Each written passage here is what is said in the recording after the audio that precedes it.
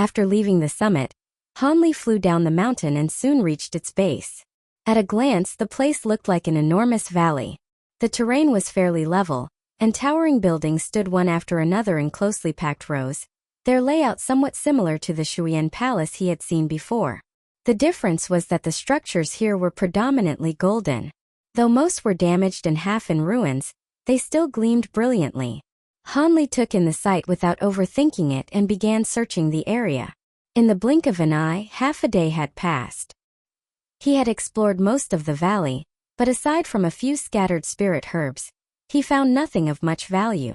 Still, after his earlier experiences searching for treasures, he was not particularly surprised. He simply continued deeper into the valley. After advancing a little over 1,000 li, his expression shifted and a trace of delight appeared in his eyes.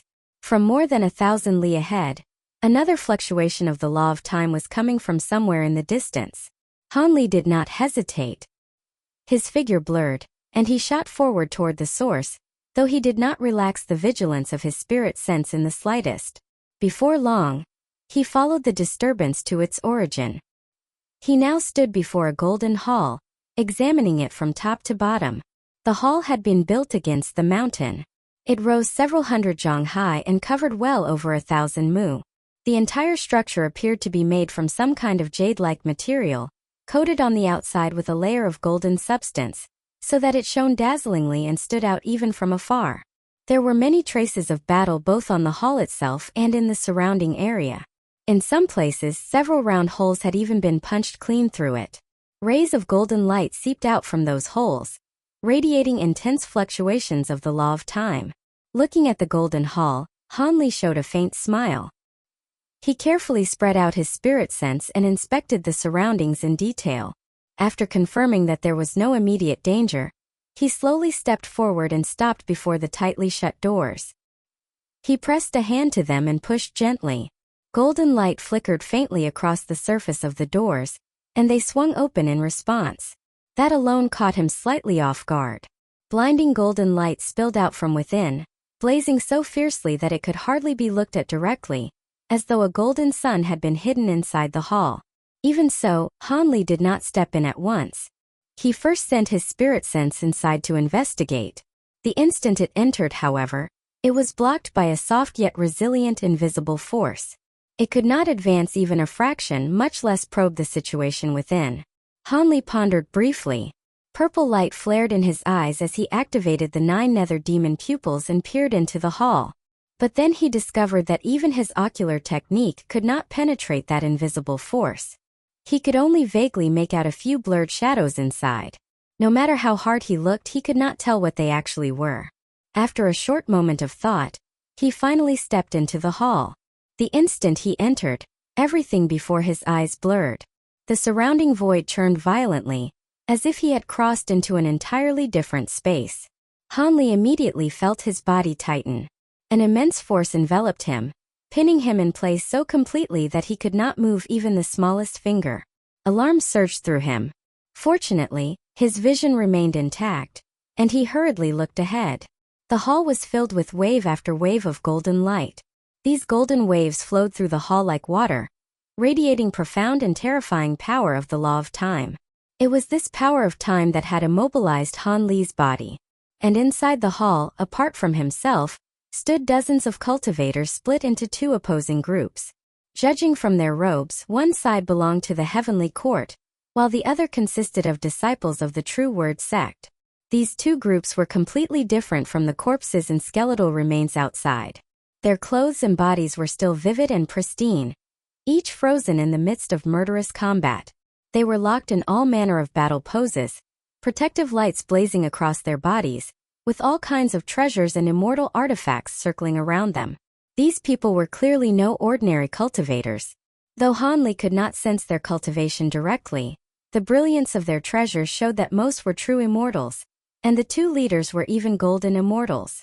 Yet every one of them stood perfectly motionless, as if frozen in place forever. Aside from the slowly flowing golden radiance, everything else was utterly still. The entire hall looked eerie beyond words.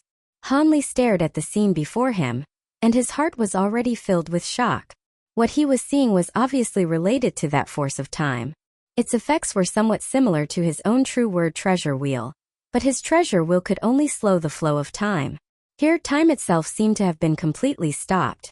It was likely that these heavenly court cultivators and true word sect disciples had been trapped here by that force, remaining in the state of their ancient battle for countless years.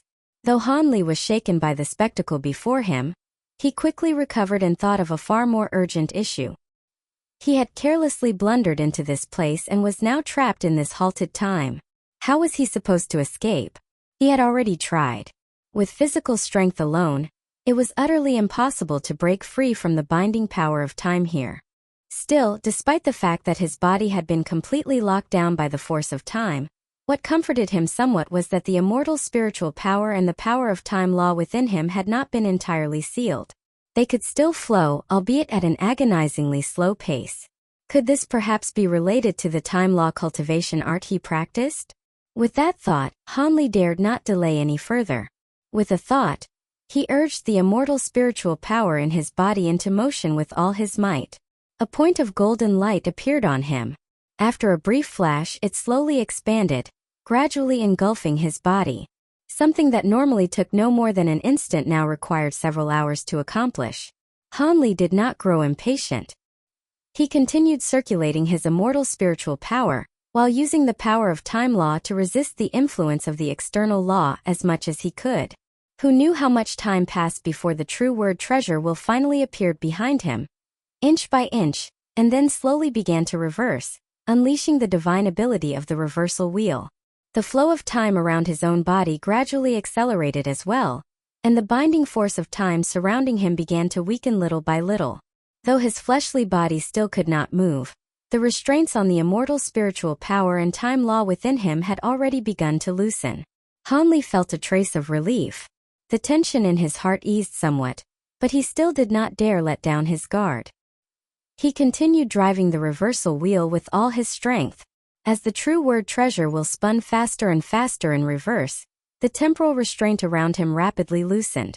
After another half an hour or so, the reversing wheel had become a blurred mass of golden light. Joy flashed through Han Li's eyes. His arm twitched, then slowly rose. The temporal suppression around him had weakened greatly. At last his body could move a little. The divine ability of the reversal wheel had also reached its limit, however, and could no longer continue to offset the temporal imprisonment around him. Han Li did not mind. The hall's entrance was not far away. As long as he could move, he could walk out. Now that he had regained the ability to act, the great weight in his heart finally lifted. He looked around at his surroundings. His gaze fell upon the two groups of cultivators nearby, and he slowly walked over toward them. Their storage artifacts were all still on them, and the immortal artifacts and treasures suspended around them also looked quite extraordinary. Han Li moved at a snail's pace among them, collecting their storage artifacts one by one, along with the immortal treasures hovering in the air. After gathering those items, he did not leave. Instead, he continued deeper into the hall. Although the storage artifacts and immortal treasures were valuable, he did not care overmuch about them. The fact that time had come to a complete halt here meant there had to be a reason. That was why he had not left immediately. Unfortunately, the hall was flooded with immensely powerful fluctuations of the law of time. His spirit sense could not spread out at all, so he could only rely on his eyes to investigate. The hall itself was not especially large. At first glance it looked like an ordinary palace chamber, with nothing particularly unusual about it. At the farthest end stood a stone platform resembling an altar, though more than half of it had collapsed. Han Li quickly inspected the rest of the hall and found nothing strange. His eyes shifted to the ruined altar, and he climbed the few steps leading up to it. The moment he stepped onto the stone platform, he felt an incredibly intense fluctuation of the law of time coming from the altar. His eyes lit up. He knew he had finally found the source of the temporal stillness in this place. At that moment he dearly wanted to move faster, but the force of time law ahead of him suddenly intensified, and instead of speeding up, he became even slower. Fortunately, he was not fully trapped again. Han Li advanced one step at a time, taking an entire half-day to ascend this little altar. At the center of the altar was a round hole as thick as a bucket, black and bottomless, seemingly created by some kind of attack. Within the hole flickered a mass of brilliant golden light, from which violent law fluctuations surged outward. This cluster of golden radiance was precisely the source of the stillness of time in this hall. It was not some immortal artifact containing the law of time. It looked more like the residual force left behind by a certain attack. Hanli looked upward. There was also a large hole in the roof of the hall, aligned perfectly with the round hole in the floor below. After a brief moment of thought, golden light slowly flashed across his body. The rapidly spinning true word treasure wheel hovered behind him as he stared at the golden radiance in the hole, awe filling his heart.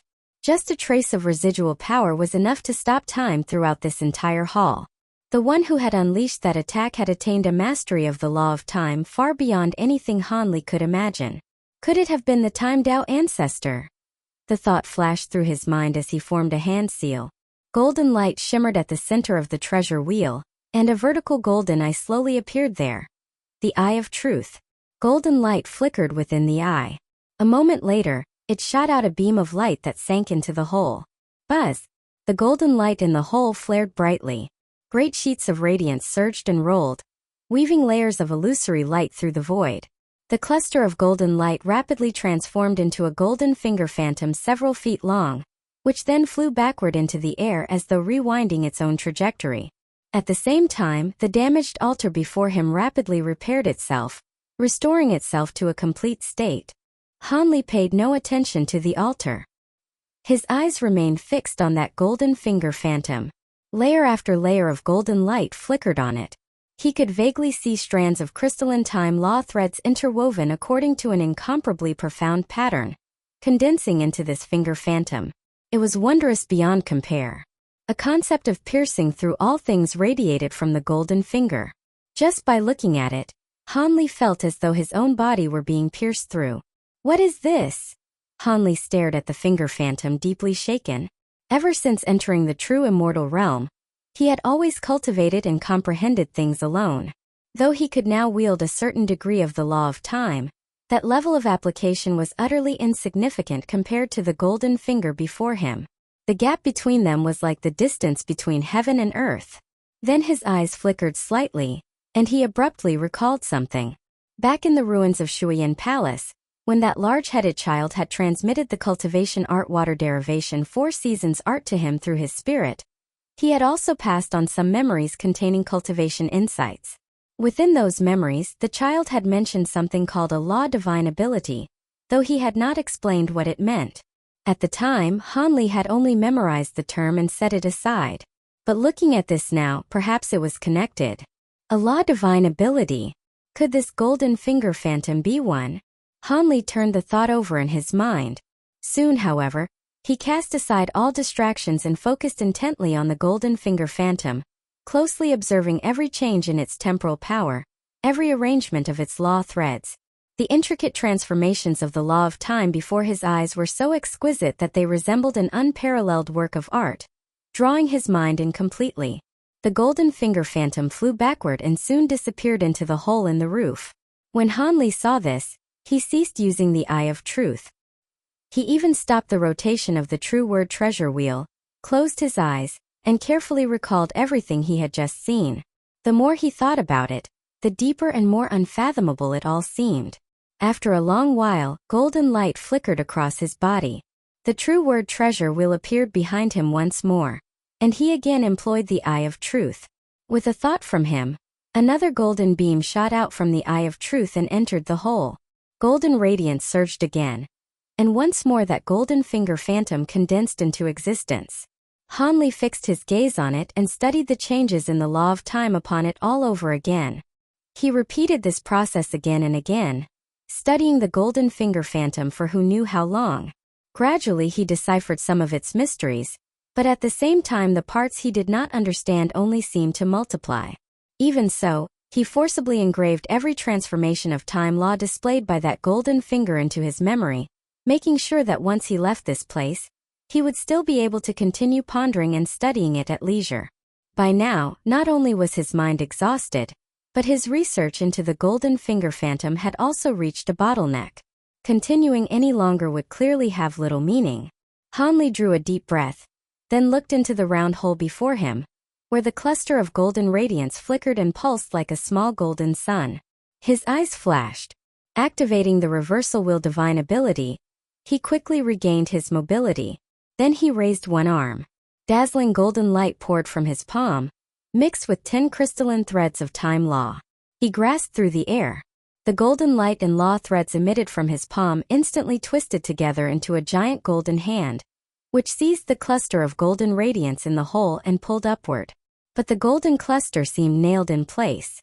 No matter how the huge hand tugged, it would not budge in the slightest. Han Li's expression shifted. He inhaled deeply, and his 5 fingers moved in rapid succession. At once, flashes of golden light flickered within the giant hand, and 16 more law threads appeared. The golden hand swelled to twice its size, erupting with wave after wave of flame-like golden radiance. The power of time law it released increased dramatically. Yet even so, the cluster of golden light still seemed completely immovable. A trace of surprise crossed Han Li's face. He dispelled the golden hand, pondered briefly, then raised his hand again. A wash of emerald light swept past, and a green gourd appeared in his palm. With a soft popping sound, a beam of green glow shot from the heaven palm gourd toward the golden cluster of light. But the instant that emerald radiance left the protective range of the reversal wheel, it was immediately frozen in place by the surrounding temporal power. Seeing this, Han Li slowly crouched down and extended his hand into the hole in the ground. Only then did the emerald glow make contact with the golden cluster, wrapping around it. "Collect!" he barked, forming an incantation with his fingers. The emerald glow tugged at the golden cluster, trying to draw it into the heaven palm gourd. But no matter how fiercely it pulled or attempted to absorb it, the cluster remained perfectly steady, without the slightest sign of movement. "So even the heaven palm gourd won't do." Han Li's face finally darkened a little as he ceased the spell. He fell silent for a moment, then put away the heaven palm gourd and formed another set of seals, unleashing a different secret technique. A long while later, Han Li lowered his hands, his face full of helplessness. He had already employed every collecting technique he knew, yet that mass of golden light remained as though nailed where it was, utterly motionless. Han Li stared at the golden radiance in the hole, his expression complicated. Could it be that he really could do nothing but stare at a mountain of treasure he could not take? It was hard for him to simply give up. This clump of golden radiance was astonishingly powerful. In terms of the total amount of time law it contained, it seemed to surpass even the golden lock and golden command banner he had obtained earlier, not to mention the boundless profundities hidden within it. If he could take it for himself, it would surely be of tremendous use in the future. Wait! Immortal artifact! A flash of insight struck Han Li. His hands crossed, and he once more began forming seals. The true word treasure will continued rotating, scattering wave after wave of dazzling golden light. At the same time, golden light flickered before him and gathered into one point, condensing into a golden jade bottle, the cleansing vial of time. Han Li changed his hand seal. The golden light covering his body shot outward, then under a sudden compression transformed into countless grains of golden sand. These interwove into a field of golden sand. 3 different powers of time law intertwined, forming a golden vortex that spun rapidly. He began chanting under his breath. His hand seals changed once more, and the golden vortex abruptly contracted inward. A terrifying fluctuation of time law swept out, and the vortex transformed into a lightly spinning golden ring. After his previous 2 attempts, Han Li had become more and more practiced at circulating the 3 cultivation arts together and condensing this golden ring. "Go!" Han Li pushed forward through the air. The golden ring slowly flew out and touched the golden cluster. The ring immediately began spinning at high speed, while bursting with crystal radiance so brilliant that it effortlessly overwhelmed the omnipresent golden glow in the hall. At the same time, an immense devouring force erupted from within the ring, and instantly enveloped the golden cluster. Covered by that devouring force, the surface of the golden light finally trembled ever so slightly, like an ancient iceberg still for 10,000 years that had at last been shaken. Seeing this, the corners of Han Li's mouth lifted. The power of combining the 3 cultivation arts had indeed not disappointed him. Several strands of golden light reluctantly peeled away from the cluster and flew into the ring, vanishing without a trace. The golden cluster pulsed and circulated, seemingly trying to resist, but to no avail. The crystal radiance on the ring's surface flickered more and more brightly, and a low resonant sound like the murmur of gods and demons spread from it. Oh! More and more golden light was stripped away, pouring into the ring like water drawn into the mouth of a whale. A short while later, the ring trembled lightly and spat out a single golden crystalline thread, which flashed into Han Li's body and then appeared upon the true word treasure wheel. Seeing this, Han Li's heart leaped with joy, and he poured more power into the golden ring. Once the process began, it did not stop. The ring released ever stronger devouring force, drawing more golden radiance out of the cluster, and refining it into strands of crystalline time law. The golden cluster shrank visibly to the naked eye. Before long it vanished completely. The instant it was fully devoured, the golden light throughout the hall flickered once and then disappeared entirely. With the disappearance of the golden light, the temporal imprisonment within the hall also vanished. The flow of time, which had been frozen for who knew how many tens of thousands of years, immediately returned to normal. But then, an unexpected scene unfolded. A series of soft thuds rang out one after another. The heavenly court cultivators and true word sect disciples who had been locked in battle all fell from the air and collapsed to the ground, unmoving. Oh! Seeing this, Han Li's face showed surprise. He formed a seal and put away the golden ring, then quickly walked over and took a closer look. He froze slightly. These people had no life aura left at all. Every last one of them was dead.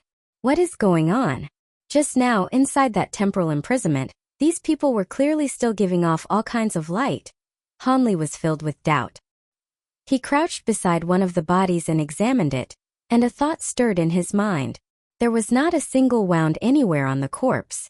The nascent soul was still present as well. Only the soul within the sea of consciousness had vanished completely, leaving not the faintest remnant behind. Han Li used his spirit sense to probe the corpse carefully. Very soon he let out a soft exclamation, his spirit sense halting within the corpse's mind. There remained an extremely faint aura of the law of time there. Had Han Li not cultivated the law of time himself and possessed such an unusually powerful spirit sense, he might not have detected it at all. That aura of time law carried an incomparably sharp intent, faintly reminiscent of the golden finger phantom. It was clearly that cutting finger intent which had annihilated the person's soul. Han Li checked the minds of the others as well, and the situation was the same for all of them. So that golden finger phantom not only possesses terrifyingly powerful piercing force, but also a soul-attacking divine ability. He thought to himself, becoming even more interested in the technique behind it. After determining the cause of their deaths, Han Li waved a hand and collected the souls of the two golden immortals, then ignored the corpses and turned his gaze toward the true word treasure wheel behind him. Wound around the wheel were strands of crystalline time law. There were now 39 in total. Refining that mass of time law had given him 13 additional law threads. However, once transformed into crystalline time threads, all of the profound and mysterious changes within that mass of time law had also been refined away, leaving only pure temporal power. Han Li felt a trace of regret, but quickly cast it aside.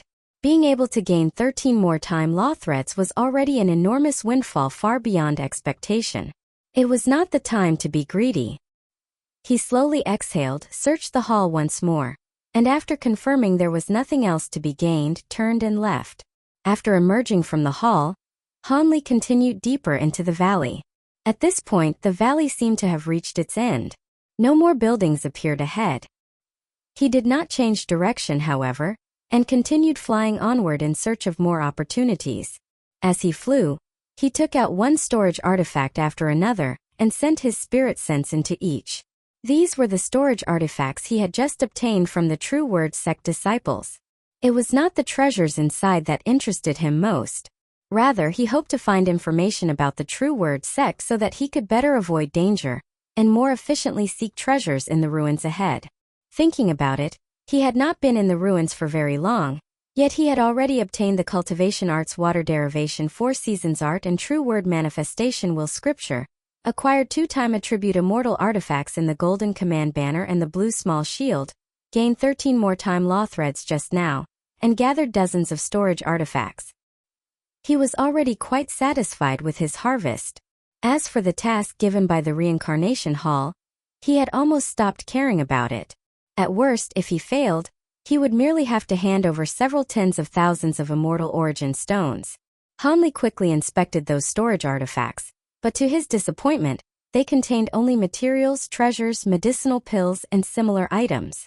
There was none of the true word sect information he wanted most. Feeling somewhat disappointed, he put those artifacts away again. Then a thought struck him, and he took out the storage artifacts belonging to the Heavenly Court cultivators as well and inspected those too. Oh!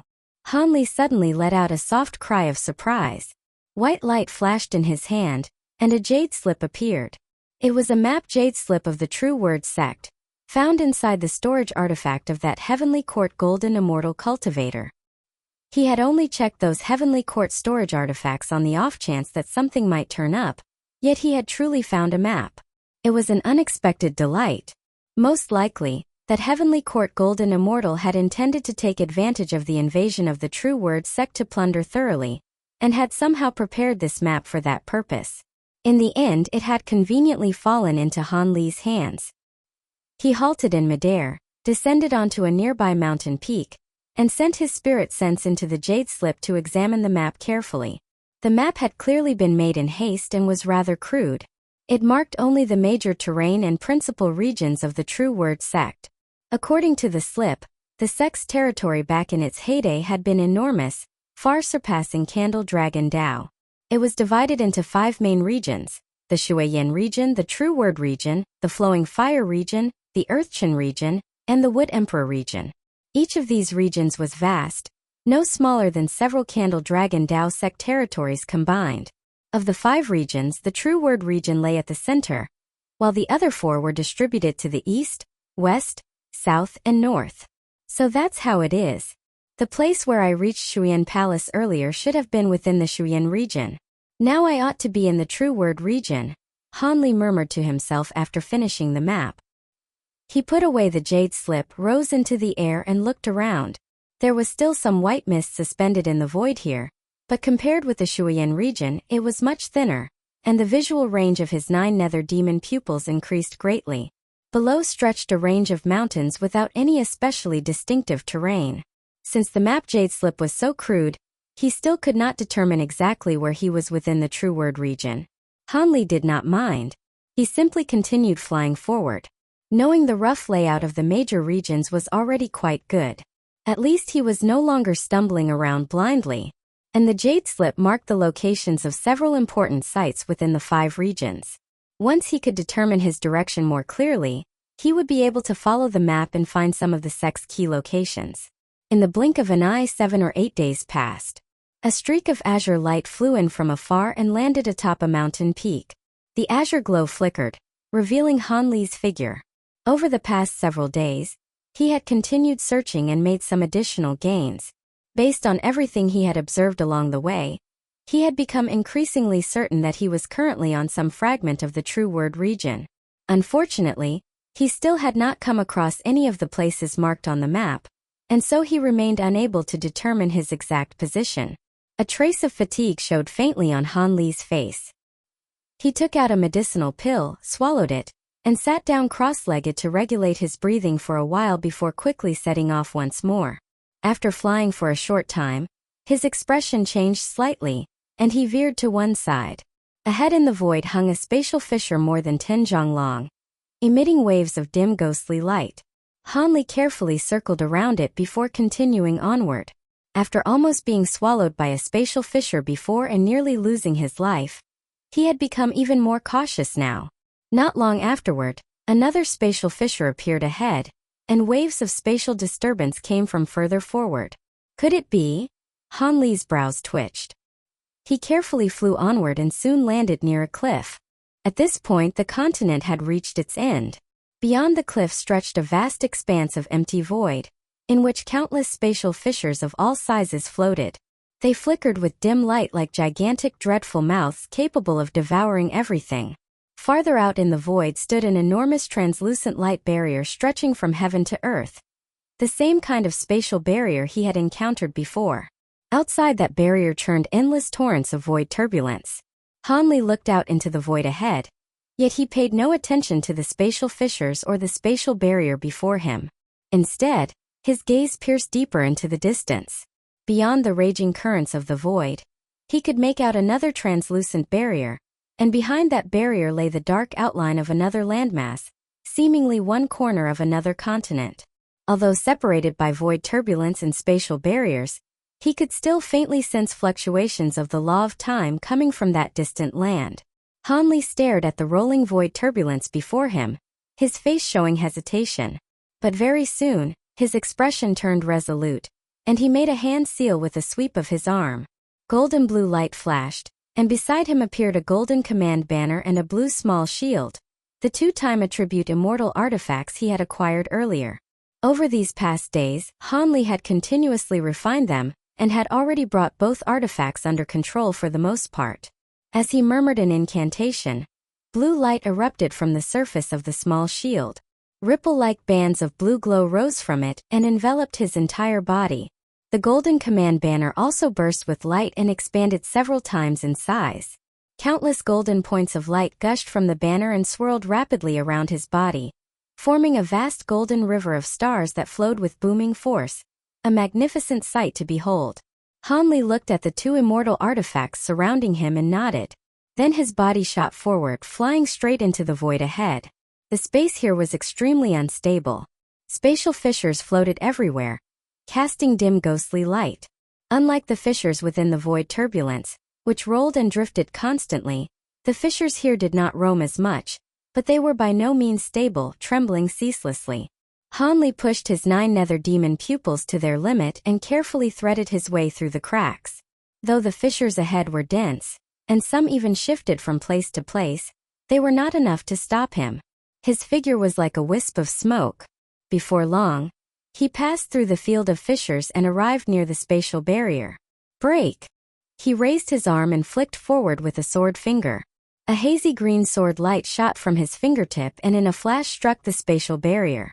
With a loud bang, the green sword light instantly shattered, reverting into a green flying sword that bounced back. The spatial barrier only trembled slightly before quickly becoming still again.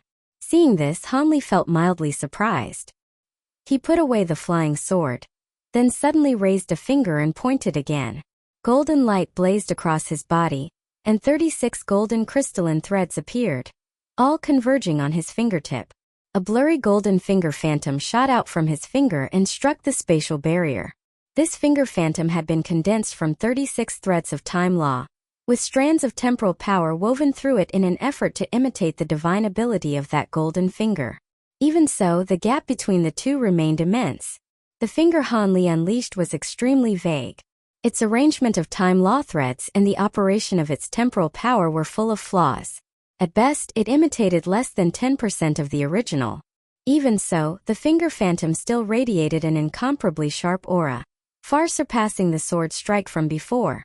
With a soft popping sound like a finger poking through a sheet of paper, the spatial barrier was pierced with a great hole.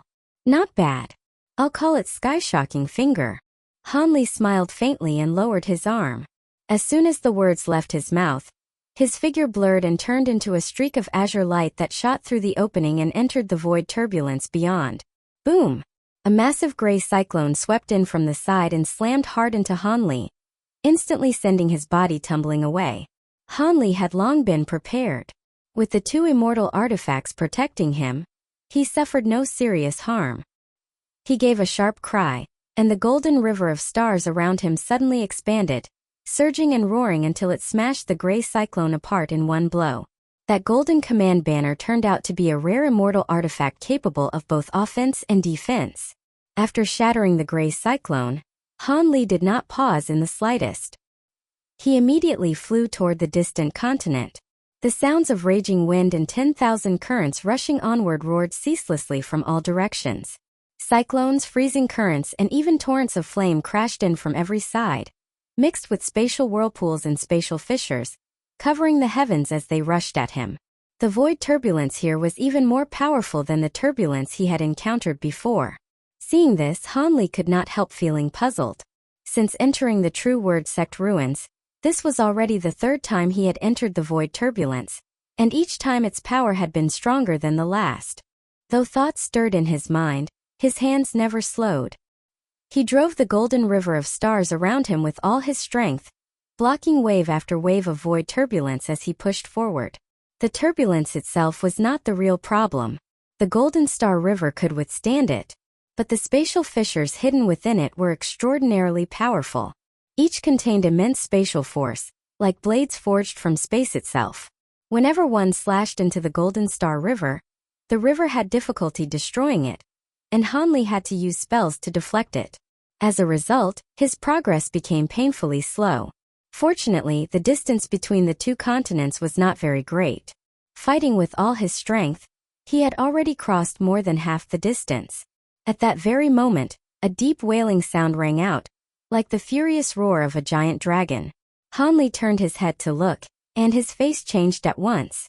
He saw a gigantic white storm stretching 100 li across, tearing effortlessly through the surrounding void turbulence as it came surging toward him. It was yet another spatial storm. This spatial storm was even more terrifying than the one he had encountered when he first entered the void turbulence. It was filled with streaks of white blades, each one brimming with violent spatial power, grinding everything in its path into dust. The spatial storm moved with incredible speed. In the blink of an eye, it was upon him, sweeping him straight into its depths. Caught in the spatial storm, Hanli felt like a single leaf dropped into a boundless sea. Torrents raged around him on every side, wild and violent, and he had no control over his own body at all. With a low shout, golden light burst from his entire body, and in an instant he unfolded his time-spirit domain. Once shrouded in that layer of golden radiance, the surging spatial storm nearby immediately stalled, slowing enough to let him catch his breath. The white blades of light, however, were barely affected. They still came slashing down in overwhelming numbers. Hanli drew in a deep breath and rapidly formed seals with both hands, his fingers moving like spinning wheels. The golden command banner circling him flared once more, then with a flash merged into the time-spirit domain. The golden river of stars around him seemed to have swallowed some miraculous tonic. With a muffled boom, it abruptly swelled to 10 times its former size. The golden stars within it grew as well, and the whole vast current surged forward with tremendous force. The small blue shield also shone brilliantly, expanding several times over. Blue light rippled across its surface, and the phantom image of a great winding river with countless bends emerged above it. As soon as the white blades entered the Golden Star River, they were swept away against their will and diverted past Hanli instead of striking him head-on. There were simply too many of them, though, and every now and then one or two managed to break through and come at him. Those two were blocked by the blue shield. The shield was wondrous indeed. When the white blades struck it, their sharp and powerful force instantly twisted and slid away to the side, curving as though forced through a river with endless bends. After winding through several turns, the force of the attack weakened drastically and finally vanished altogether. Seeing this, Hanli relaxed slightly. Golden light burst from him again as he pressed onward. He did not have much time. Fully maintaining the spirit domain along with the 2 time attribute immortal treasures consumed an enormous amount of immortal spiritual power. Even he could not sustain it for long. After a full quarter of an hour, Hanli's vision blurred, and he finally broke free of the spatial storm. But the moment he saw his surroundings clearly, he froze. All around him was a frenzy of void currents. The 2 continents before and behind him had vanished without a trace. He paused only briefly before understanding what had happened. The storm had carried him away, and now he had no idea where he had ended up. This is bad.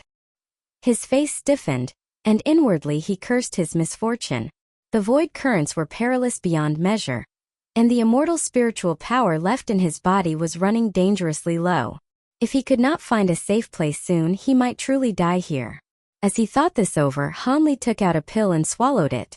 Then he flipped his hand and produced 2 mid-grade Immortal Origin Stones, gripping them as he absorbed the immortal spiritual power within while scanning the surroundings, trying desperately to recall where the 2 continents had been.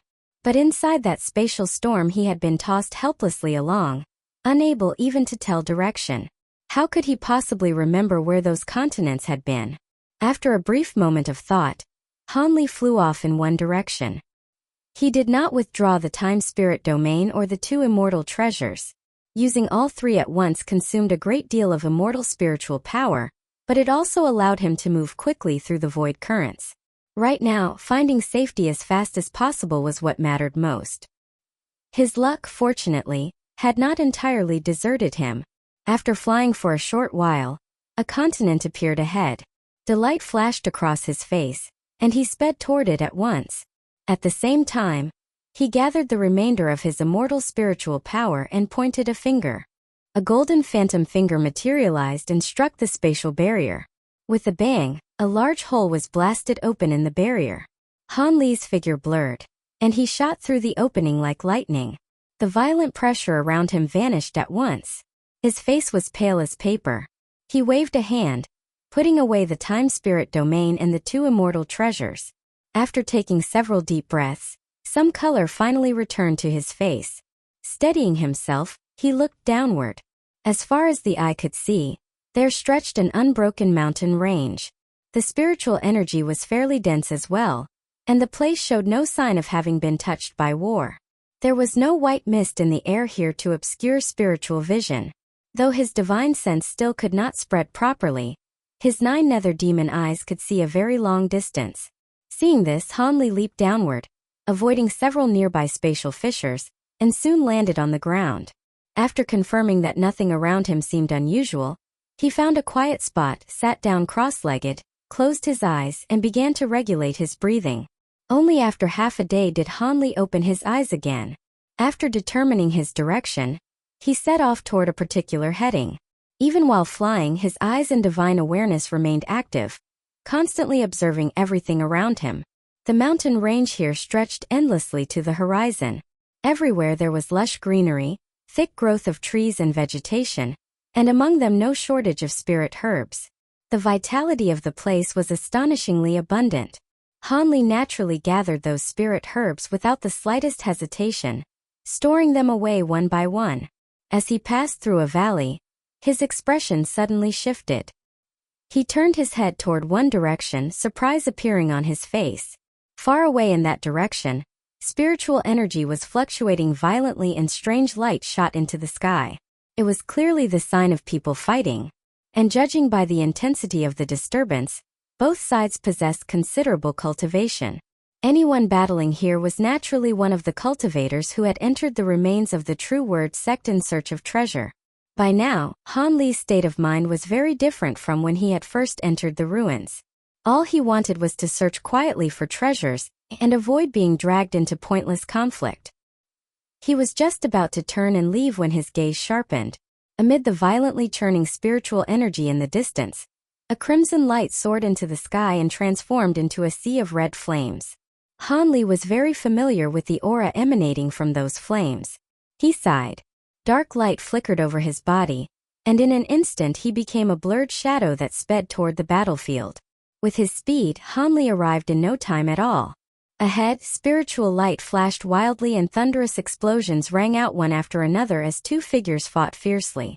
One of them had a gigantic crimson flaming sword floating above his head, and a golden ancient mirror hanging at his waist. It was none other than immortal venerable Hotfire. The other was a tall, gaunt man in a green robe. He was the same thin, long-limbed supervising immortal envoy who had once appeared in Jukuan City alongside Gongshu Tian. His surname seemed to be Wang. So it's them. Han Li did not show himself immediately.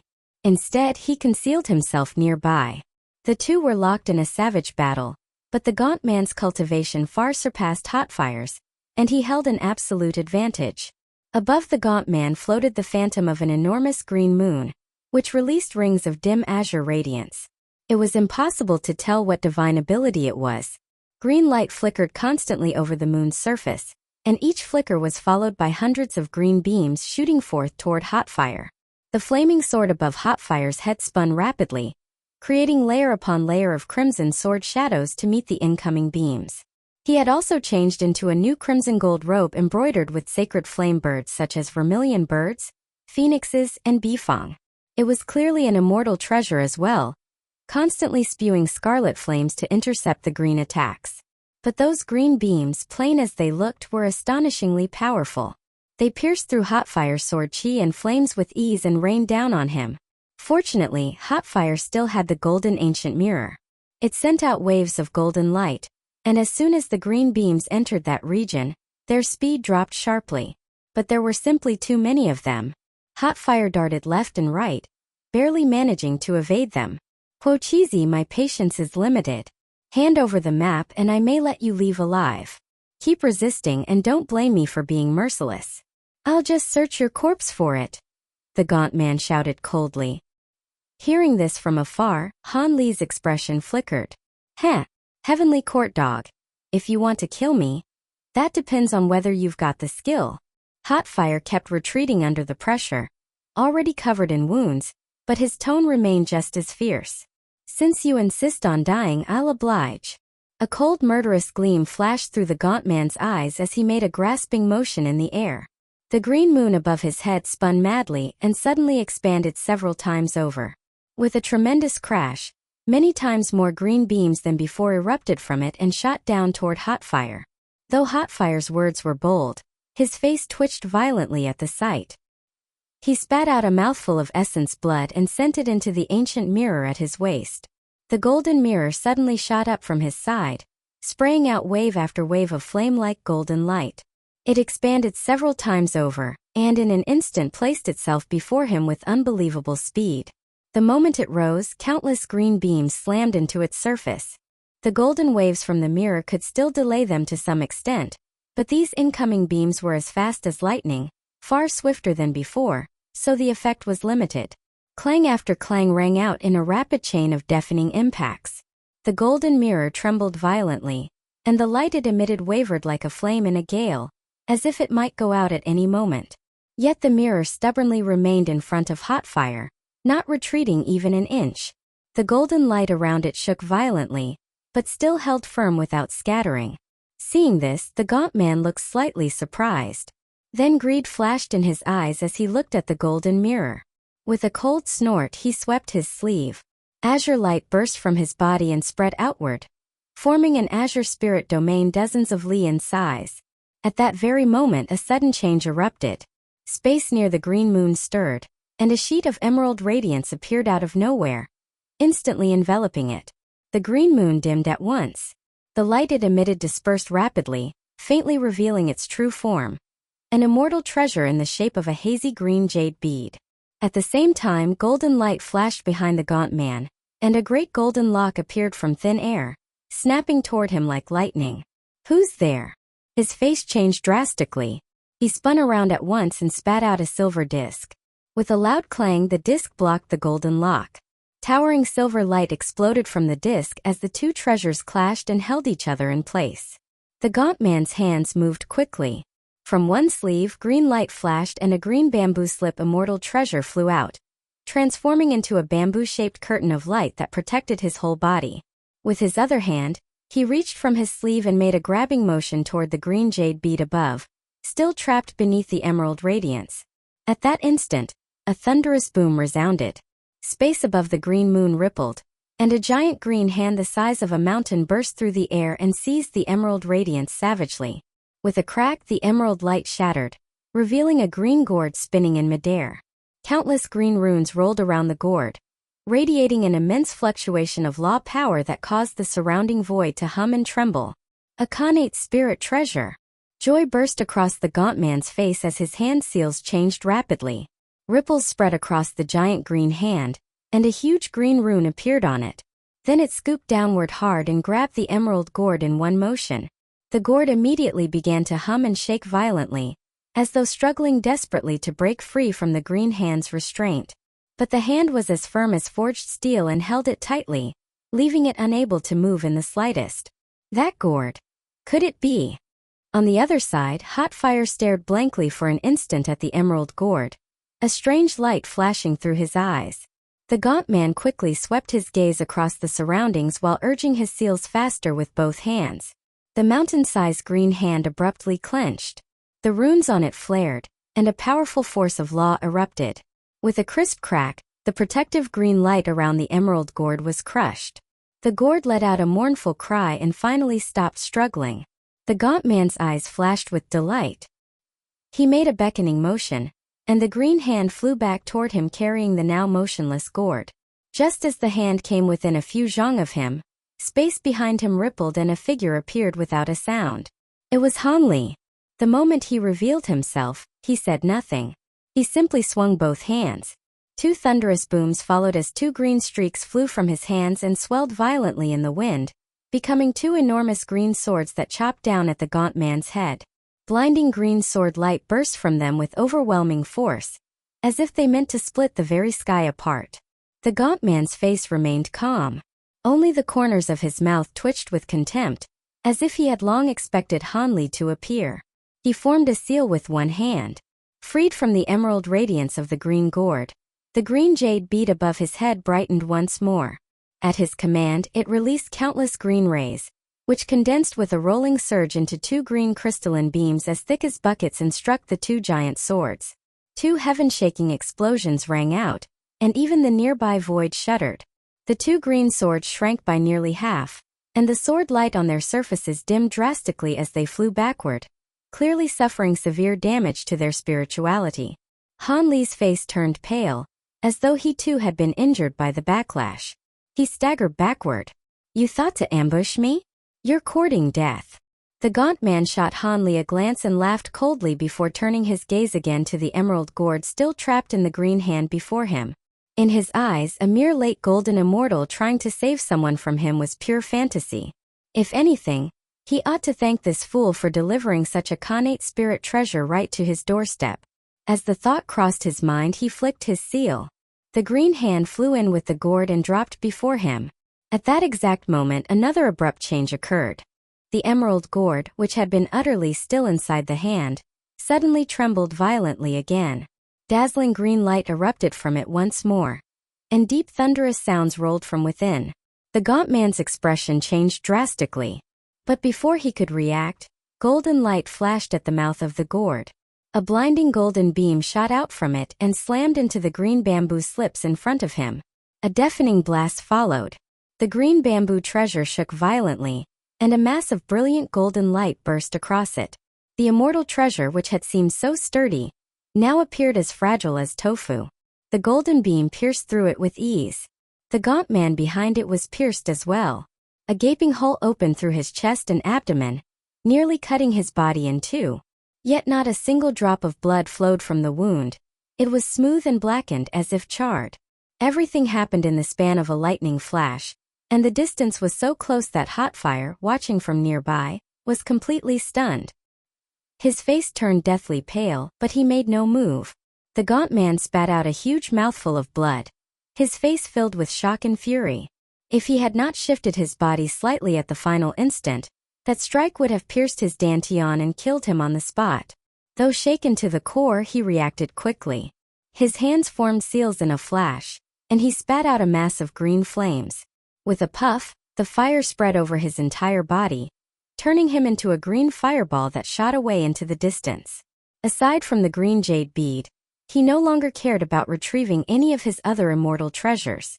But at that very moment, space around him flickered, and several crystalline chains emerged without warning. In a flash, they plunged into his mind, slipping through his protective light as though it did not exist.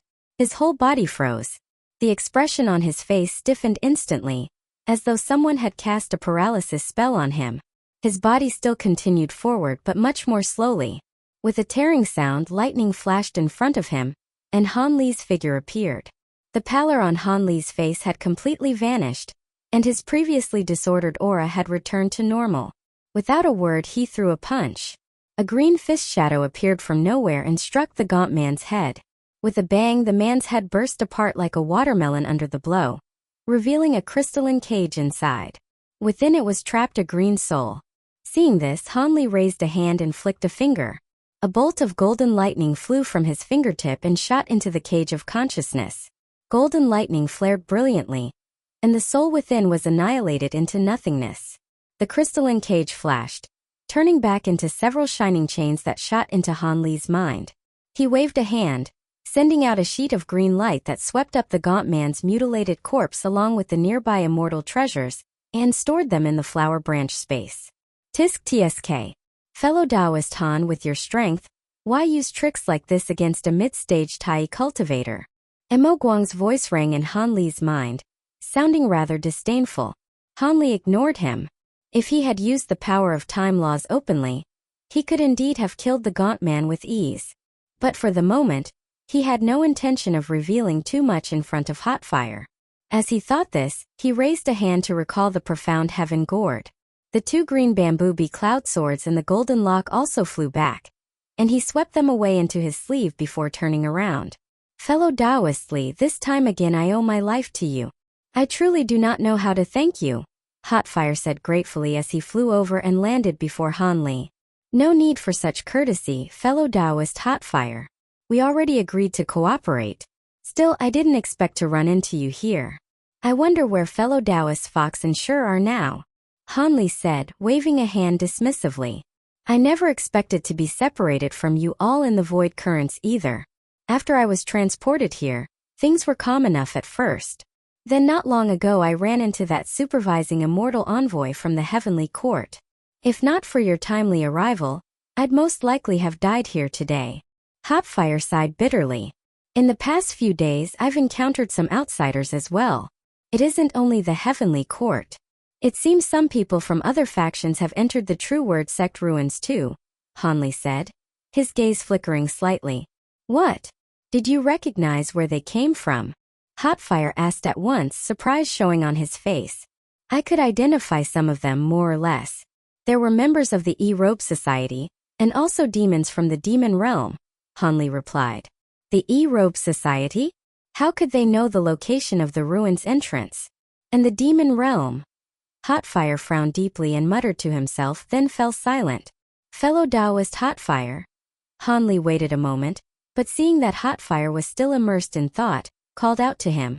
My apologies. I got too absorbed in thinking.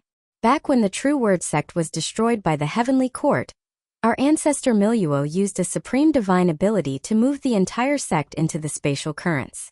Aside from me, no one should know the entrance to these ruins. I'm wondering how those people found this place. Could it be that we were being followed all along without realizing it? Hotfire said uncertainly, as though a troubling thought had just occurred to him. Those people are already here. There's no point in dwelling on how they arrived. There really are quite a few treasures in the True Word sect ruins. It would be better to explore first and strengthen our ability to protect ourselves as much as possible, Han Li said, his eyes glinting. You're right, Hotfire replied with a nod. The disturbances here just now were not small. The odds of anyone noticing may be low, but to be safe we should leave first and decide what to do afterward, Han Li said, glancing around. Hotfire nodded again. The two rose into the air and flew off in one direction. As a disciple of the True Word sect, fellow Taoist Hotfire must know this place well. I imagine you've gained quite a lot. By the way, if I remember correctly, you entered this place to search for the Great Five Phases illusory world art. Have you obtained it? Han Li asked with a smile. I'm ashamed to say that my luck has been poor since arriving here. My gains have been meager. Otherwise, how could I have been driven into such a state by that supervising envoy? As for the Great Five Phases illusory world art, I have no idea where it is hidden, let alone where to search for it, Hotfire said with a wry laugh. Oh? Even you do not know where that technique is? That does make things troublesome, Han Li said, somewhat surprised. If that Great Five Phases illusory world art never appears, then so be it. What I fear is that it will fall into the hands of the Heavenly Court, or some other faction. Hotfire's face was filled with worry as he sighed. Han Li looked at his expression and said nothing. Fellow Taoist Li, my strength is weak. Now that so many forces have entered the True Word sect ruins, if the Great Five Phases illusory world art appears and all sides fight over it, I hope you will help me obtain it. If we succeed, I certainly will not disappoint you, Hotfire suddenly said, turning to Han Li with a solemn expression and cupping his hands. Fellow Taoist Hotfire, there is no telling how many powerful experts have entered these ruins. I cannot promise you anything, but so long as it does not endanger my life, I am willing to lend you a hand. Hanli said after a brief pause. Then I have my thanks, Hotfire said, delighted. But what exactly is this great 5 phases illusory world art? It sounds like some kind of cultivation technique, Hanli asked curiously. That's right. It is a cultivation art concerning the law of time. You should know that the True Word sect possess quite a few techniques related to time laws, and the Great 5 Phases illusory world art is the supreme secret canon of our sect, Hotfire said after a slight hesitation. I see. Since it is the treasured scripture of the True Word sect, it truly cannot be allowed to fall into outsiders' hands, Hanli said with a nod. Hotfire watched Hanli closely in secret. When he saw that Hanli showed no trace of greed after hearing this, he quietly relaxed. In truth, Hanli currently had no special desire for the Great 5 Phases illusory world art, despite the Heavenly Court coveting it. He had already obtained the complete True Word Will scripture, and from what it described, if he continued cultivating it, it would be enough to support him all the way into the Great Luo realm. The Great 5 Phases illusory world art might be the highest secret text of the True Word sect, but the requirements for cultivating it would surely be extremely demanding, and the process would never be simple. The best technique was not necessarily the one most suited to him. At the same time, he understood well that greed only spoiled everything. If he abandoned whatever he was already cultivating each time he found something better, he would end up achieving nothing at all. What he needed most now was to increase his strength and cultivation as quickly as possible, so that he could stand firm and protect himself in this increasingly chaotic immortal realm. Only by staying alive could he think about other matters. Of course, he still felt a little curious about the technique. If fate one day allowed him to glimpse it, he certainly would not object. As the two conversed, they had already flown a considerable distance. The terrain ahead gradually flattened, shifting from continuous mountain ranges into rolling hills. These hills were rather peculiar. Most appeared in twin mounds standing side by side, shaped like camel humps for reasons unknown. Though the landscape had changed, the vegetation remained just as lush and vigorous. The spiritual energy in the plants here is unusually rich. I wonder which region of the True Word sect this belongs to, Hanli asked, looking at the terrain below. It seems fellow Taoist Li knows quite a bit about the geography of the True Word sect as well, Hotfire replied, surprise appearing on his face.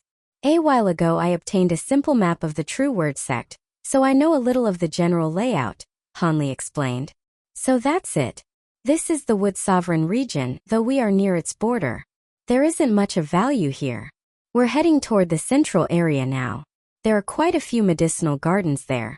I only hope they were not destroyed in the war back then, Hotfire said with a nod and a sigh. I'll leave the arrangements to you, Hanli said. The view here was clear, and the two gradually increased their speed, turning into a red and a green streak of light that shot toward the horizon and quickly vanished into the distant sky. At the same time, above a desolate ruin shrouded in white mist, a purple rainbow streaked rapidly through the air, leaving behind a series of blurred afterimages. Close behind it flew 2 other streams of light linked together, pursuing relentlessly. Within the purple glow ahead was a handsome young man in a purple robe, his white hair curled and his purple eyes flashing with irritation as he sped onward, occasionally glancing back. More than 10 li behind him, a short bald old man with a slightly hunched neck and a man in a white scholar's robe had joined their escape lights together, and were jointly propelling a long narrow flying shuttle at tremendous speed. These two were none other than Lu Wuliang, Palace Master of Yuanjing Immortal Palace, and Zhao Zhan, the supervising immortal envoy stationed in Ziyuan City of the Fuse Immortal Domain. The one they were pursuing so relentlessly ahead was Shi Chuankong, who had been separated from Han Li and the others. I never expected this brat's understanding of the law of space to have reached such a level.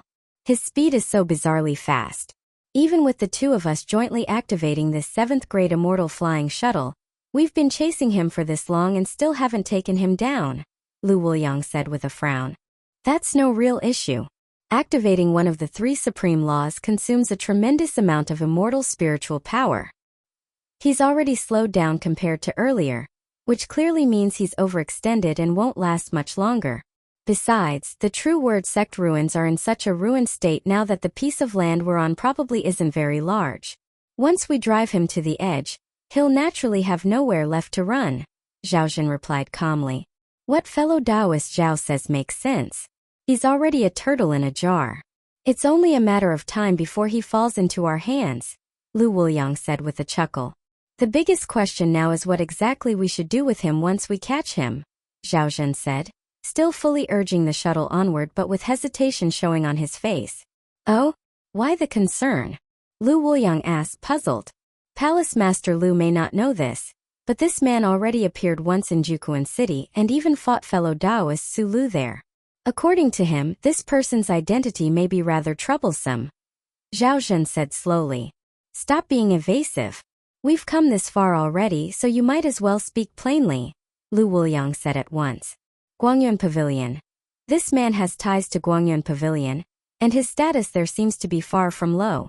Unfortunately, we can't contact fellow Taoist Su Lu at the moment, otherwise we could confirm it for certain, Zhao Zhen said. Lu Wuliang's gaze flickered, and he too seemed to find the matter thorny. After hesitating for a moment, he spoke again. Since the grudge is already formed, stopping now isn't realistic. And since we're inside the True Word sect ruins, we might as well go all the way. Smash his soul and spirit completely so there's no witness left behind. Yes. I'm afraid that's the only way, Zhao Zhen said, his eyes narrowing as he nodded. As the two spoke, they suddenly saw the purple light ahead veer sharply and descend toward a wide valley below. At once, they urged the flying shuttle after him. At the valley entrance stood two towering mountain peaks facing one another. Many hollowed-out chambers had been carved into them, apparently once serving as fortresses for stationed guards. All around them were engraved various true words and talismans. There seemed originally to have been prohibitions here as well, but now they had all been destroyed. Even the peak on the right had collapsed by half. After entering the valley, Zhao Zhen and Lu Wuliang chased inward and soon saw, on a vast white stone plaza, a figure arranging something beside a black circular stone at the center of the square. This brat actually dares to stop and set something up against us? Lu Wuliang said, a little surprised. Absolutely do not underestimate him. He cultivates the law of space. Ordinary reasoning does not apply, Zhao Zhen replied, his expression grave. No matter what he's trying to do, we just need to keep him from succeeding, Lu Wuliang said, lips curling. As he spoke, his figure flashed, and a yellow spirit domain spread from his body in an instant, enveloping an area 1,000 zhang across. Then he sprang into the air.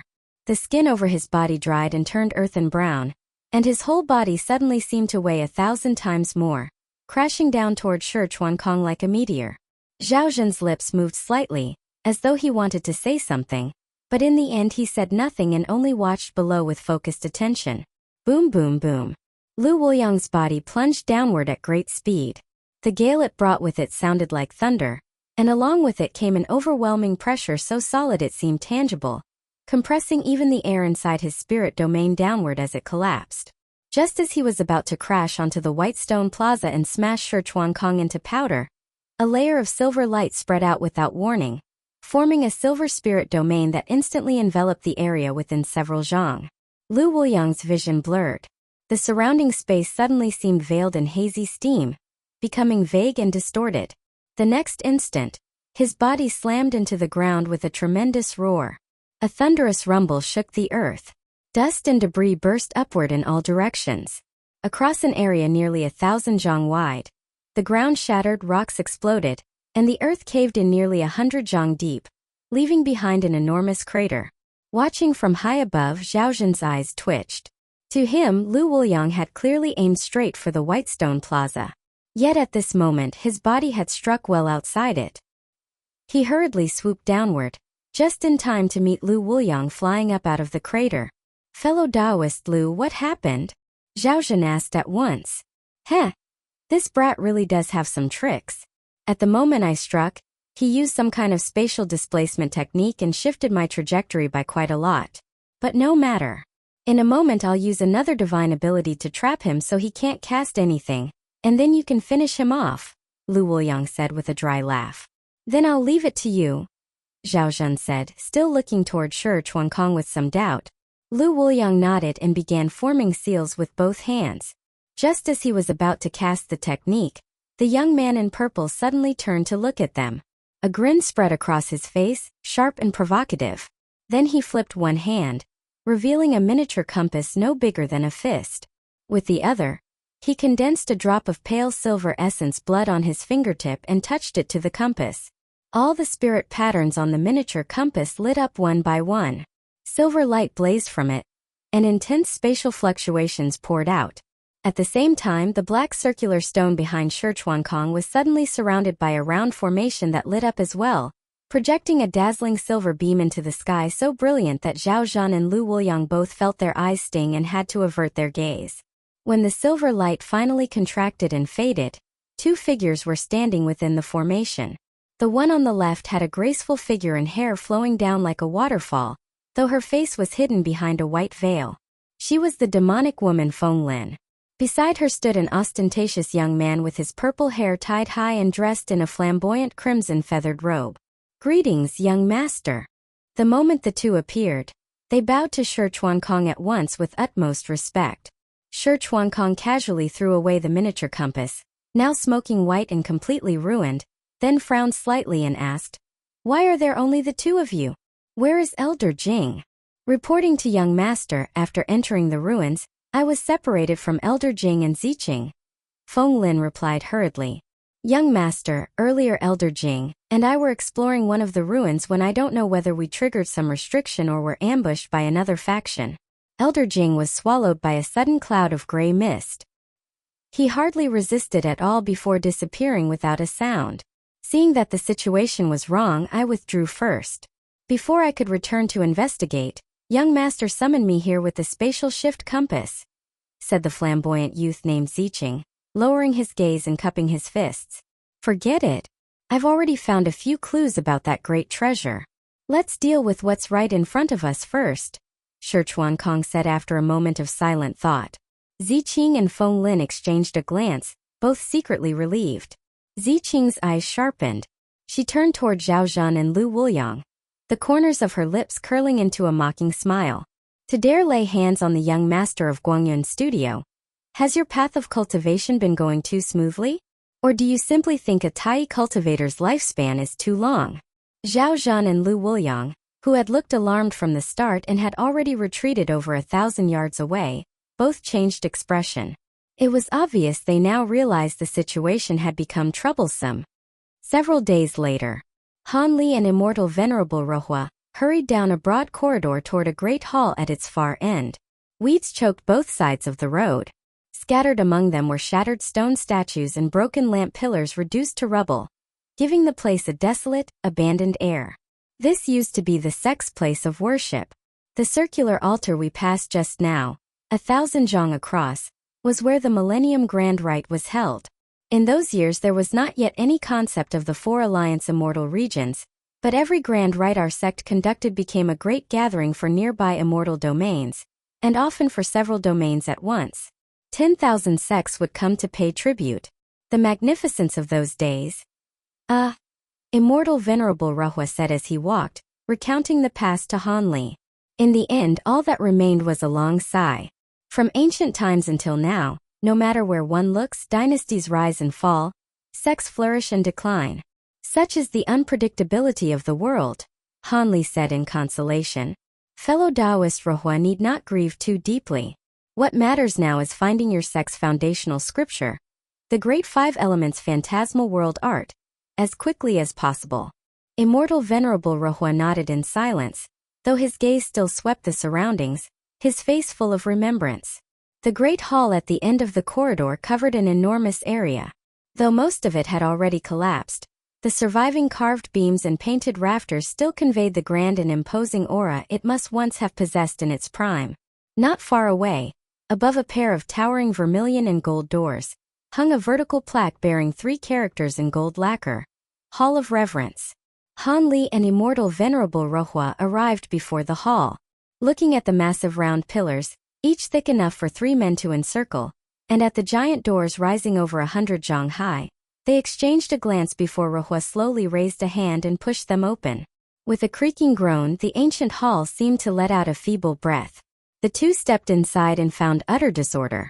Broken bricks and shattered tiles from the collapsed rear hall lay strewn everywhere, overgrown with slick moss and tangled weeds. From one heap of rubble, Half a white jade steel jutted upward, revealing only half of a golden character that seemed to be the word heaven. Whatever furnishings had once stood in the hall were no longer visible. Most of the space had been buried beneath ruins.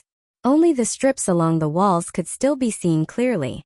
Hanli walked along the wall, his gaze passing over it, and discovered vivid murals painted there. No one knew how many years had passed, and yet the colors remained strikingly bright, as though they had only just been painted. "What are these?" he asked. This hall of heavenly records held extraordinary significance within our sect, and involved many of its secrets. Ordinary disciples were not permitted to enter without approval. Most of the murals here depict important events from the sect's history. If the hall's formation had remained intact, all the murals could have been displayed through its operation. Unfortunately, everything is ruined now. The earlier murals can no longer be shown, only the last few remain visible, Immortal Venerable Rohua said, glancing around before shaking his head. As Hanli studied one mural beside him, his brows suddenly rose, and a soft sound of surprise escaped him. Immortal Venerable Rohua was drawn in as well, and turned his gaze toward it. The mural appeared to depict an exceptionally grand banquet. The entire composition was dominated by festive, brilliant red. Lanterns and banners filled every corner. Spiritual beasts soared and leaped, and the whole scene radiated bustling celebration. After careful inspection, Hanli realized that the mural scenes were not continuous but showed obvious transitions. A thought stirred in his mind, and he followed the wall, examining all the neighboring murals in turn. Within them appeared scenes of the True Word sect welcoming guests at the mountain gate, offering reverence to heaven at the altar, and hosting banquets in golden halls. Many prominent figures of the True Word sect appeared intermittently in these scenes, including Patriarch Miro and his 5 disciples. Fellow Taoist Rohua, unless I'm mistaken, the people being entertained here all seem to be from the heavenly court? Hanli suddenly asked, his voice ringing out. The clothing worn by those being welcomed in banquet was identical to that of the heavenly court. That's right. The honored guests at this banquet were a group of extraordinarily distinguished envoys from the heavenly court.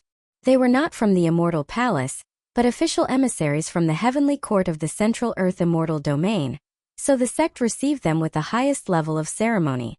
The grandeur of that occasion remains vivid in my memory even now. It truly counted as one of the great events of the true Immortal Realm, Immortal Venerable Rohua said with a nod. If that was the case, then the relationship between the True Word sect and the heavenly court could not have been all that poor. Why did things end with them meeting in arms? Hanli asked, puzzled. Immortal Venerable Rohua shook his head. That is precisely why I returned to the sect, to understand this matter. The truth is, not long after that banquet, I left the sect on my master's orders to travel. So I know only very little of what happened afterward. Hanli nodded thoughtfully, but the more he heard, the stranger the matter seemed to him. After a brief silence, he continued along the wall. Behind a heap of broken bricks and fallen tiles, another corner of a mural was visible, so he swept his sleeve and sent the debris flying aside. Once the clutter was cleared away, the mural was fully revealed, and it depicted a strange scene. In a dim and secret underground palace, Patriarch Miro, together with the yellow-robed Trent-like figure, the fire-haired man with broad hands and feet, and the Iron Tower-like youth with dark blue-black skin, was meeting a mysterious figure dressed in a black cloak and shrouded in gray mist. Patriarch Miro and his 3 disciples were rendered in exquisite detail. Hanli could even discern subtle differences in their expressions: surprise, fear, suspicion, confusion. But as for the cloaked figure's face, nothing at all could be made out.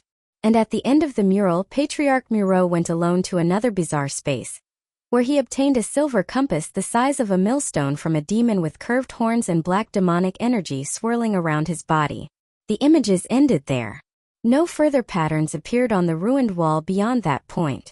Fellow Taoist Rohua, do you know who this person is? Hanli asked after staring at the mural for quite some time, pointing at the cloaked figure. Oh, I knew that the Patriarch and my master suddenly left the banquet for a while, but I had no idea what they had gone to do, much less who this mysterious visitor was, Immortal Venerable Rohua said, shaking his head. Your master? Which one in the mural is he? Hanli asked, somewhat surprised. The fire-haired man is my respected master, Kimozi. The yellow-robed Traiant is senior Uncle Mayan, and the iron tower-like man behind him is third martial Uncle Wuyang. As for the two childlike figures at the banquet, they are fourth martial Uncle Jinyuanzi and fifth martial Uncle Hizi, Immortal Venerable Rohua said, respectfully bowing before pointing each one out in turn. When Hanli heard the name Kimozi, his heart trembled slightly. He recalled the big-headed child he had seen earlier in Waterborne Palace. That was Hizi, Rohua's fifth martial uncle. And the sworn enemy Hizi had asked him to kill was unmistakably named Kimozi. Could the Kimozi Hizi had spoken of be Immortal Venerable Rohua's master? If they were fellow disciples of the same sect, why had they become enemies unto death? Han Li's thoughts grew momentarily tangled, and a subtle change came over his expression. What is it? Fellow Taoist Li? Do you think something is wrong? Immortal Venerable Rohua asked, his brows lifting slightly in confusion. Han Li hesitated, but ultimately did not reveal what had happened before. He merely shook his head and said, "Nothing. I was only curious about what they might have discussed. This mysterious visitor must have been no ordinary person. As for who exactly that mysterious visitor was, and what they discussed, we naturally have no way of knowing. But whatever it was, it must have been something of tremendous importance. Otherwise the patriarch would never have left two martial uncles behind to host the heavenly court envoys while taking my master and two senior uncles to meet him." Immortal Venerable Rohua said slowly. "According to you, you left the sect not long after that, and soon afterward the True Word sect met disaster. If so, then the arrival of this mysterious visitor may well have had something to do with the heavenly court, or perhaps even with the destruction of the entire True Word sect," Han Li murmured, rubbing his fingers together thoughtfully. Immortal Venerable Rohua said nothing. His brows knitted slightly as he stared at the mural and sank into thought. Seeing this, Han Li also fell silent and turned his gaze back to the mural, his eyes flickering faintly as he pondered something unknown. "Oh right. Do you know where the secret chamber shown here might be?" Han Li suddenly asked after a long while. "I'm not entirely sure. I can only make some rough guesses about a few possible locations. Whether any of them are correct, we'll only know by checking them one by one," Rohua said. Since the Great Five Elements phantasmal world art was so important, Patriarch Moreau must have treasured it deeply. There is a real possibility that he hid it in a place like this or somewhere similar. "We can only go and look," Han Li said. Immortal Venerable Rohua nodded and said no more. The two carefully searched the place once more before leaving and continuing on their way. About half a month later, Han Li and Rohua's figures flew above a shimmering lake. The two hovered in midair, both staring ahead with tightly furrowed brows. The void there had fractured once again, splintered into ruin by countless dense spatial rifts. Even the lake below had been split in two, its edges blocked by an invisible barrier that raised a towering wall of water. Beyond those spatial fissures floated islands of land of varying sizes and solitary mountain peaks suspended in the void.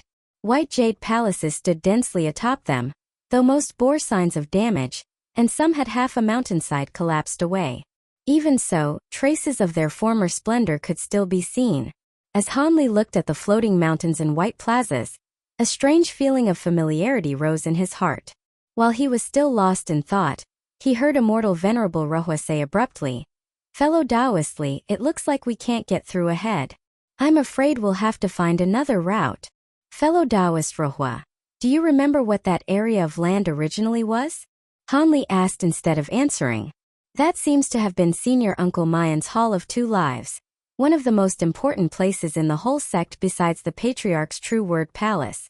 But the entire space is shattered and chaotic now, so whether it truly is that place, I can't say for certain," Rohua replied after pausing to look carefully. Hearing this, Han Li became certain. This was the very place where, through his journey across time, he had once witnessed the destruction of the True Word sect, and where he had hidden Mayan's corpse. Since it was such an important place, we have to go take a look. What if the Great Five Elements phantasmal world art is hidden there? Han Li said after a moment's thought. "That may be true, but we can't pass through here anymore. Let's go look elsewhere. There may be another path that leads across," Rohua said hesitantly. "No need to make it so troublesome. The spatial fissures here may be dense, but they don't completely block every route. Look over there. Isn't there still a passage connecting to that land? Hanli said, scanning the area once more before pointing in a certain direction. Immortal Venerable Rohua followed his finger and saw that a column of water about a zhang across extended from the edge of the lake several hundred zhang away, like a bridge of water connecting to a patch of land over a dozen li away. Fellow Taoist Li, surely you're joking? That stream is surrounded on all sides by spatial rifts. One careless step and we'd be swallowed up. And at its far end it's still cut off by a spatial barrier. It doesn't truly connect to that region. Even if we safely made it across, it would still be a dead end. Why take such a risk for nothing? Rohua asked, baffled. A risk must be taken. If we look for another route now, first we may not find one at all, and second it would waste far too much time. Passing through here is the most suitable option, Hanli said slowly, his gaze hardening. He had already succeeded once before in crossing between separate landmasses using this method, and that gave him some confidence.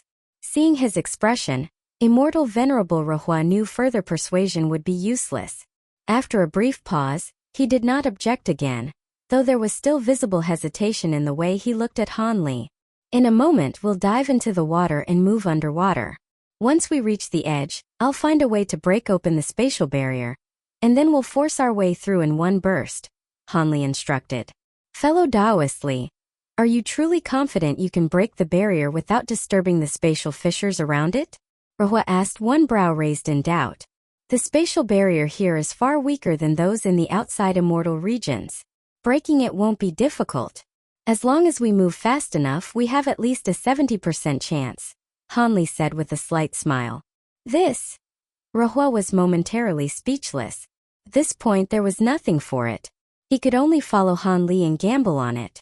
Once they had made their preparations, the two shot downward and plunged into the lake below. Like two fish, they swam along that channel of water straight toward the opposite landmass. The moment they entered the waterway, both their hearts rose into their throats. They moved extremely slowly, suppressing the fluctuations of spiritual power around themselves to the utmost, afraid that the slightest disturbance might tug at the spatial rifts and bring disaster upon them. For all the world they were like two ordinary mortals with no cultivation at all, inching forward through the water. A distance of barely a dozen li took them more than an hour to traverse. When they drew close to the barrier, violet light flashed in Hanli's eyes. He turned his palm and took out the emerald gourd, tilting its mouth toward the front. Then he turned to Rohua and sent him a sound transmission, reminding him to be ready. Next, he formed a seal with one hand and struck hard against the bottom of the gourd. Brilliant green light burst from its mouth, and a thunderous roar came from within. Immediately afterward, a green bamboo cloudswarm sword shot out from the green vortex at the gourd's mouth, turning into an almost indistinct green streak that pierced straight into the spatial barrier before them. A deafening rumble followed. The barrier had not yet broken, but the force of the attack violently churned the water in the channel, sending powerful waves crashing to either side. At the same time, the surrounding space seemed to be torn by that immense force. Its already fragile balance was broken in an instant, and several nearby spatial rifts immediately expanded, devouring the surrounding lake water and pressing toward Hanli and Rohua. Seeing this, Immortal Venerable Rohua's expression changed drastically. He hastily summoned the golden ancient mirror and activated it with all his strength. Streams of golden light poured forth, opening up a golden domain around the two of them. The expansion of the surrounding spatial fissures slowed considerably, though it did not stop entirely.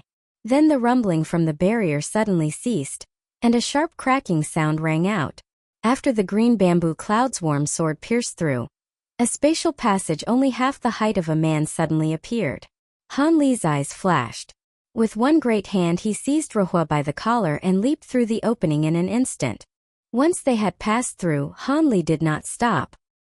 He recalled the green bamboo cloudswarm sword with one hand and continued forward over 1,000 zhang before finally halting and turning back. The passage they had forced open still remained there, not yet closed. The waterway inside had already been entirely swallowed by the spatial fissures, and thread-like black cracks were beginning to creep inward through the opening. Fortunately, the fissures extending inward were all tiny, insignificant ones and not enough to widen the passage. After a short while, Hanli watched as the opening slowly narrowed until it finally sealed shut. Only then did he let out a breath of relief. Thanks to fellow Taoist Rohua for holding things off for that critical moment, he said with a smile, putting away the profound heaven gourd. I can see it now, fellow Taoist Li, your abilities and endless supply of treasures are no accident, Rohua said, still shaken, his face a little pale as he forced a bitter smile. You flatter me. It was only a matter of the right tools at the right time, Hanli replied with a laugh. After resting a short while, the two made their way across a white plaza strewn with rubble, and soon came upon an enormous stretch of palace ruins. Unlike the ruins they had seen before, most of the palaces here bore severe signs of fire damage. Many surviving walls had bricks and stone melted by intense flames, but not a single corpse remained, as if all had been burned to ash. I was right earlier. This truly is the remains of the Hall of Two Lives. Most of the sex affairs were once handled by Senior Uncle Mayan, so his Hall of Two Lives was one of the busiest places in the sect. And yet it seems to have suffered the worst destruction, Rohua said after surveying the area for a while and sighing. Hanli dimly remembered that when he had witnessed the great battle back then, the time Dao ancestors' heaven-shaking strike had not fallen far from here. The center of the battlefield must have been nearby, so it was no surprise that this place had been so heavily damaged. When they reached the palace grounds, Hanli looked around carefully, searching by relying on fragments of memory still left to him. After some time, his gaze settled on a tall mound of scattered bricks and rubble, and he stopped walking. Violet light flared in his eyes again as he examined the spot with care. Seeing this, Immortal Venerable Rohua also halted and quietly waited to see what Hanli had found. Fellow Taoist Rohua, there seems to be something beneath this mound, Hanli said, feigning contemplation. Something? Could it be a hidden underground palace? Rohua asked, his brows lifting. It doesn't seem like that. We'll know if we dig, Hanli replied. With that, light flared around both of them, and they began digging deep beneath the mound. A long time later, the two shot back out of the ground and landed once more on the surface. Hanli's hands were empty, but slung across Immortal Venerable Rohua's back was a corpse. It wore a tattered yellow robe. Its frame was tall and lean, with dry yellow hair like straw and a face lined and furrowed like old bark, making it resemble a Trent-like wood spirit. It was none other than Mayan. Compared to the Mayan Hanli had seen during his time-traveling vision, the corpse was almost unchanged. Only the yellow robe had rotted away, and the body had grown still drier and more withered, like a piece of dead wood left to bake in the sun for many days. Fellow Taoist Li, your spirit eye technique truly is remarkable. Senior Uncle Mayan's corpse was buried so deep, and yet you still sensed it.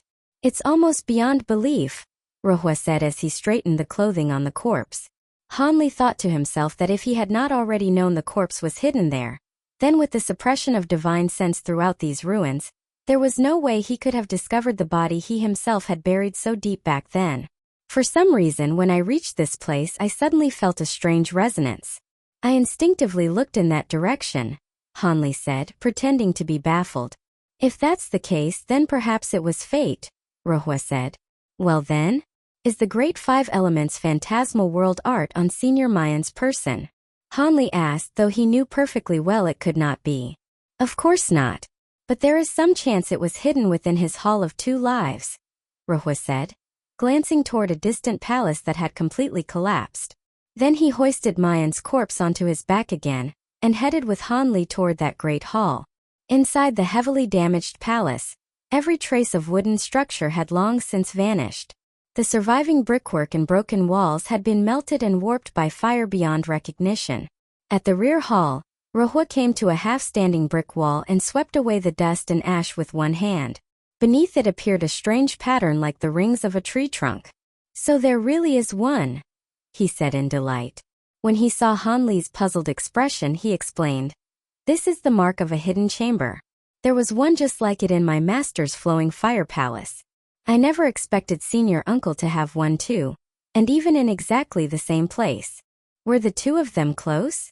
Hanli asked casually, his gaze lowered.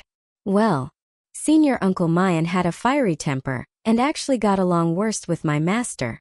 But that's only compared to the other martial uncles. In terms of fellowship between disciples of the same sect, Their relationship was still very good, Rohua said. Hanli nodded silently and said no more. Rohua took one of Mayan's hands and pressed it against the tree-ring mark, channeling immortal spiritual power into it.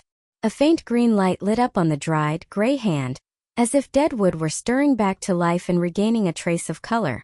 Soon the ring pattern blazed with green radiance, and from it opened a green light gate tall enough for one man to pass through.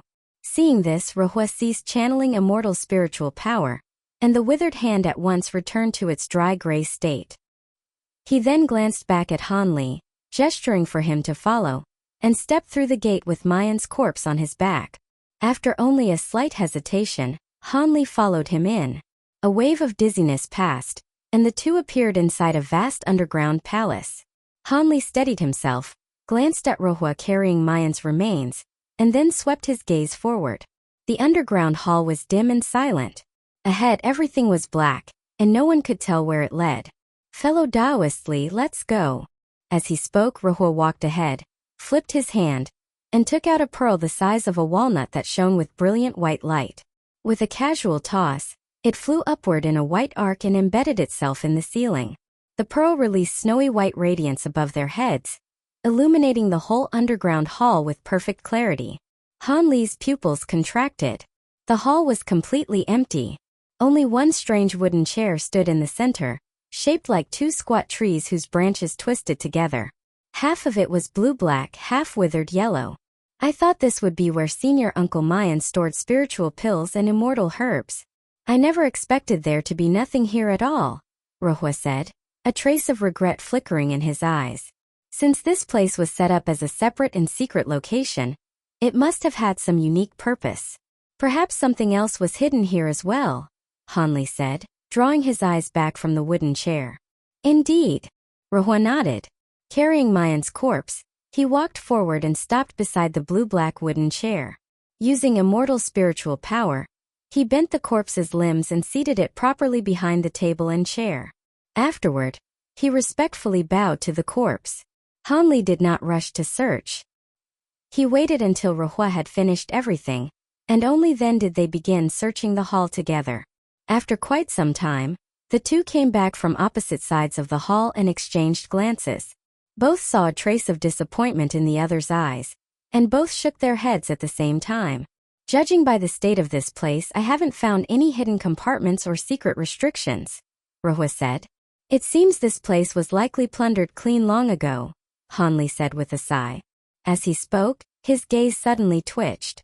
Out of the corner of his eye, he thought he saw Mayan's corpse move. Hanli's heart tightened, and he quickly turned to look. Mayan's body was sitting motionless in the strange wooden chair with no sign of abnormality. Yet what he had just seen had not seemed like an illusion. "That should be unlikely. I only found this place by sheer luck. Other people could not possibly have known there was an underground palace here," Rohua said, clearly having noticed nothing. Perhaps when the True Word sect was exterminated, this place was looted already. Hanli had only spoken half the sentence when his expression changed abruptly, and he shouted, "Fellow Taoist Rohua, watch out." Before his voice had fully fallen, eerie green light suddenly shone from Mayan's corpse. At the huge wound in its abdomen, black baleful energy condensed, and in no more than an instant it formed a black bead the size of a grape. Black mist swirled across the bead's surface, making it look profoundly sinister. At the same time, the strange wooden chair beneath Mayan seemed to come alive. Its branches suddenly spread apart and expanded wildly, lashing toward Rohua like vines. Though all this seemed drawn out, it happened in a single instant. Though Hanli had warned him, Rohua was still just a step too slow. He had only just begun to retreat when several withered yellow vines struck him, instantly wrapping around his arm. "Ah!" A scream burst from his mouth. The robe on his arm at once crumbled into ash, and black scorch marks appeared on the exposed skin. His flesh rapidly shriveled, and his skin turned dry and ugly like tree bark. Rohua immediately opened his mouth and spat out a torrent of blazing red flame. It rushed along the withered yellow vines wrapped around his arm and spread toward the wooden chair. Yet for some unknown reason, the flames, fierce as they seemed, fell upon those wooden vines as if sprinkled with sweet dew. They only slid off in droplets and could not burn the vines in the slightest. At that moment, the sound of something cutting through the air rang out. A streak of azure sword light flared, wrapped in strands of golden lightning, and slashed down from above.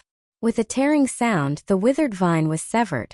Dark green fluid and black baleful smoke gushed from the cut. After wrenching himself free, Donhua immediately flew backward and came to stand beside Han Li. Raising his other hand, he produced a golden talisman patterned with blue designs and stuck it onto the wound on his arm. A soft sizzling began. Noxious white vapor rose continuously from the talisman. "Fellow Taoist Li, what is happening here?" Donhua asked urgently. Beads of cold sweat rolled down his forehead as waves of piercing pain assailed him, yet he had no leisure to care. "I'm not entirely sure. But judging by this, your senior uncle Mayan appears to be about to turn into a fiend," Han Li said, frowning deeply. His eyes remained fixed on the strange wooden chair. All the vines had contracted back onto it, trembling wildly around its edges like the disordered hair of some demon, yet they no longer lashed at the two of them. How could that be? It's been countless millions of years already. Why didn't he become a fiend earlier or later? Why at this exact moment? Donhua said, his face full of disbelief. "I don't know the details either, but from the look of it, it's probably connected to that strange wooden chair beneath him," Han Li murmured, his gaze settling on it. At those words, Donhua froze briefly. A moment later his eyes flashed, and he seemed to come to a sudden realization. "That isn't a wooden chair, that's..." Before he could finish, Han Li cut him off with a startled cry. "Not good. He's about to form a fiend embryo. Fellow Taoist Donhua, help me hold off those strange vines." At that moment Mayan, seated in the chair, was convulsing violently. Beneath his eyelids his eyeballs, which should long since have rotted away, trembled fiercely and rolled back and forth as though trapped in a nightmare, as if they would open in the very next moment. At the same time, Han Li had already shot forward, summoning all 9 green bamboo cloud swarm swords into his hand and merging them into one as he thrust toward the spot at Mayan's abdomen where the baleful energy was forming its embryo. The instant he entered within several dozen zhang of the corpse, the blue, black and withered yellow vines immediately writhed madly and surged in from every direction, lashing and coiling toward him. Seeing this, Donhua hastily summoned the golden ancient mirror, tossed it forward, formed a seal with one hand, and shouted, "Congeal!" At his cry the mirror trembled violently. A complex rune emerged on its surface, and countless rays of golden light burst from the mirror face, enveloping the space around Han Li. Bathed in that dazzling golden glow, a distinct fluctuation of the law of time spread out at once. The vines shooting toward Han Li seemed to sink into mud, their speed slowing dramatically. In the same instant, Han Li reversed the true word treasure wheel within his body, and his speed exploded. Flashing through the dense mass of vines, he sent golden light flaring from the long azure sword. The evil-warding thunder sphere condensed by his sacrificial lightning art shattered through the wall of interwoven blue-black vines, and plunged into the hollow in Mayan's abdomen. With a thunderous boom, golden lightning erupted. Blinding arcs burst outward like a storm of tiny golden serpents, shooting in every direction and tearing the nearly formed fiend embryo into fragments. The shattered embryo dissolved into thick baleful energy, which steadily evaporated within the evil-warding divine lightning, until it vanished completely. Yet amid that brilliant golden radiance, Han Li seemed to see Mayan's eyes snap open. Reflected in the pupils was not Han Li's figure, but unmistakably Kamozi. An instant later, the golden thunderlight surged once more under the sweep of 10,000 strands of sword chi, not only tearing Mayan's corpse to pieces but also blasting apart the 2 lives tree beneath him. "No! Ah!" One cry of alarm and one sigh rose, one at Han Li's ear and one within his heart, coming respectively from immortal venerable Donhua and Ma Guang. Han Li landed and withdrew his sword. In his mind came another sigh from Ma Guang. "Fellow Taoist Han, what a pity! I only withdrew into seclusion for a brief moment, and yet..." Han Li naturally knew what Ma Guang regretted. The fiend embryo that had been on the verge of forming. Had he devoured and absorbed that thing, his cultivation would surely have surged again. But Han Li did not want that in the slightest. A Ma Guang at the early Tai stage was already difficult enough to control.